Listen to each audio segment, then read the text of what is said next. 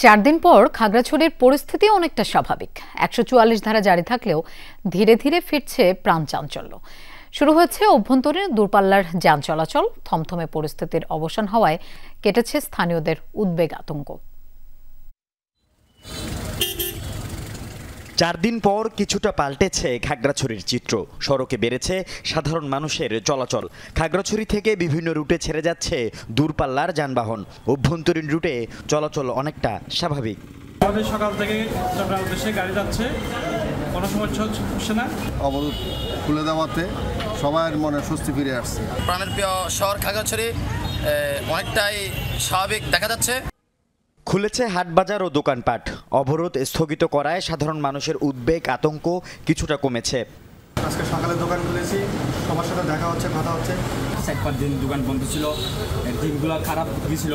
Customer মোটামুটি আছে, কিন্তু অন্যবারের তুলনায় এবার একটু কম।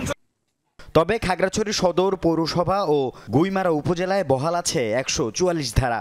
পরিস্থিতি আরও উন্নতি হলে তুলে নেওয়া হবে বলে জানিয়েছে জেলা প্রশাসন। জেলা জুড়ে সেনাবাহিনী, বিজিবি ও পুলিশের কয়েক স্তরের নিরাপত্তার পাশাপাশি চেকপোস্টে চলছে তল্লাশি।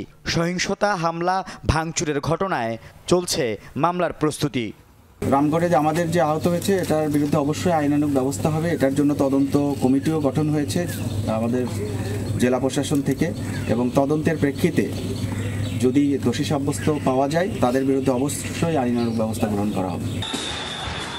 মারমা কিশোরীকে ধর্ষণের অভিযোগ ওঠার পর 27 সেপ্টেম্বর থেকে খাগড়াছড়িতে অবরোধের ডাক দেয় জুম্মু ছাত্র জনতা নামে একটি সংগঠন।